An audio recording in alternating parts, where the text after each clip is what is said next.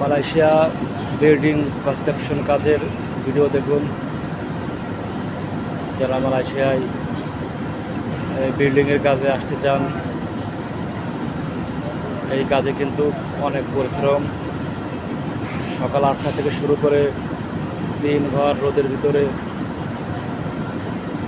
পরিশ্রম করে এরকম কাজ করতে হয়।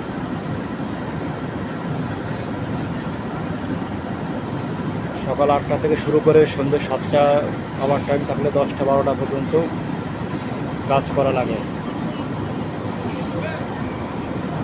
এই রডের কাজ, কাঠের কাজ, বিসি কায়ু সব ধরনের কাজ করা লাগে।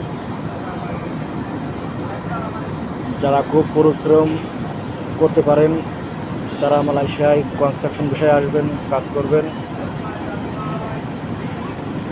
এই কনস্ট্রাকশন বিষয় কিন্তু খুবই পরিশ্রমের কাজ।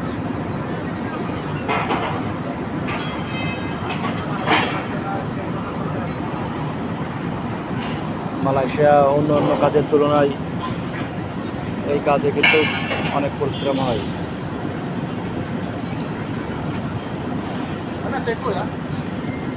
না, স্টোরি